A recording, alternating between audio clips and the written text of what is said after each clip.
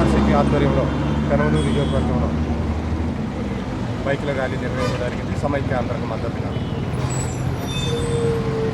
ఈ సందర్భంగా నిన్న కొన్ని వార్తాపత్రికలు రావడం జరిగింది. చంద్రబాబు నాయుడు గారు ఆత్మగౌరవ యాత్ర చేపట్టుతున్నారు అని, త్వరలో చేపట్టబోతున్నారు అని. అసలు ఆత్మగౌరవం అన్న పదానికి అర్థం తెలుసా చంద్రబాబు నాయుడు గారు? చంద్రబాబు నాయుడు గారే కాదు, ఇతర తెలుగుదేశం పార్టీ నాయకులకు ఆత్మగౌరవం అన్న పదానికి అర్థం తెలుసా అని అడుగుతున్నాం. తెలుగువారి ఆత్మగౌరవాన్ని సోనియా గాంధీ గారి కాళ్ళ దగ్గర తాకట్టు పెట్టినటువంటి వ్యక్తి చంద్రబాబు నాయుడు గారు.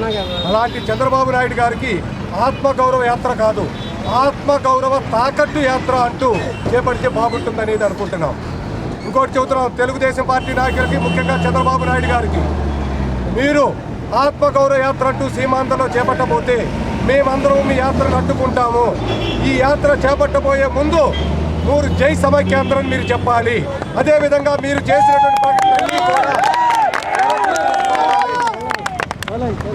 మీరు ప్యాకేజీలు అంటూ ఇచ్చినటువంటి ప్రకటనలన్నీ వెనక్కి తీసుకొని సమైక్య ఆంధ్ర, మాకు ఉమ్మడి ఆంధ్రప్రదేశ్ కావాలి అనేటువంటి ప్రకటన ఇచ్చిన తరువాతే మీరు మా కృష్ణా జిల్లాలో అడుగు పెట్టండి.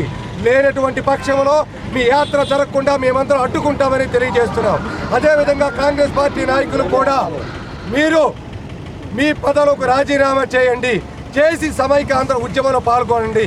అంతేగాని తూతూ మంత్రంగా మీరు ప్రకటనలు ఇచ్చి సమైక్య ఆంధ్రకు ద్రోహం చేసే పక్షంలో మీ అందరినీ అడ్డుకుంటామని తెలియజేస్తున్నాం. Thank you.